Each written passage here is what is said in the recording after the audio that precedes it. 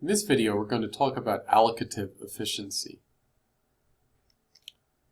So it's great for firms to produce on their PPFs and for a society to produce on its PPF. In other words, to have different countries and different firms specializing in the right outputs. At a firm level, that means having each firm have its workers specialize on the right outputs. And that's what we got from productive efficiency. But we also want to produce goods at the optimal ratio. So for instance, perhaps people demand more M, medical advice, than L, legal advice. This is going to dictate where on each PPF we should produce. So what would it mean for production to be optimal at a society level?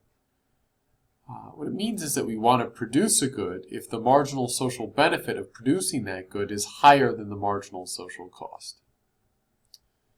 Now, the reason these slides are very short, we only have 3 of them, is we've actually secretly already defined these two things, the marginal social benefit and the marginal social cost. We just haven't called them as such. Remember, the supply curve is the marginal cost. When we're looking at perfect competition, the supply curve was just P equals MC, so that was the marginal cost.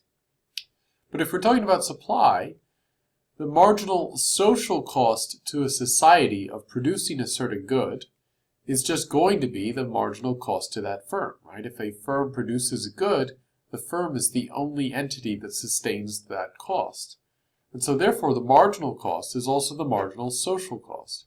Only the firm producing the good sustains the cost. We'll move away from this a little bit when we talk about externalities. The demand curve on the other side of this is the marginal social benefit.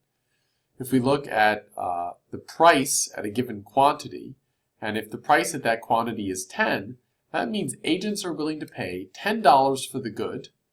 So this is the willingness to pay, using demand as willingness to pay, which is what we talked about for surplus. Hence, that is the marginal social benefit, right? If someone's willing to pay $10 for an additional unit of the good, then our societal benefit from producing an extra $10, from producing an extra unit of the good is $10. So that's our marginal social benefit. So therefore, when we equate supply and demand, we are actually equating marginal social cost with marginal social benefit, which means that markets automatically yield allocative efficiency. So we can see it here. Here's our market price and our market quantity.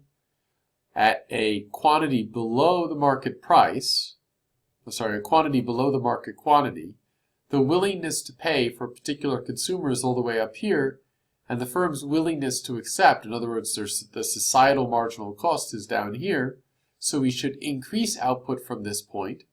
Why? Because the willingness to pay is higher than the marginal cost. The marginal social benefit is higher than the marginal social cost. So that moves us to the left. We'd want to move to the left.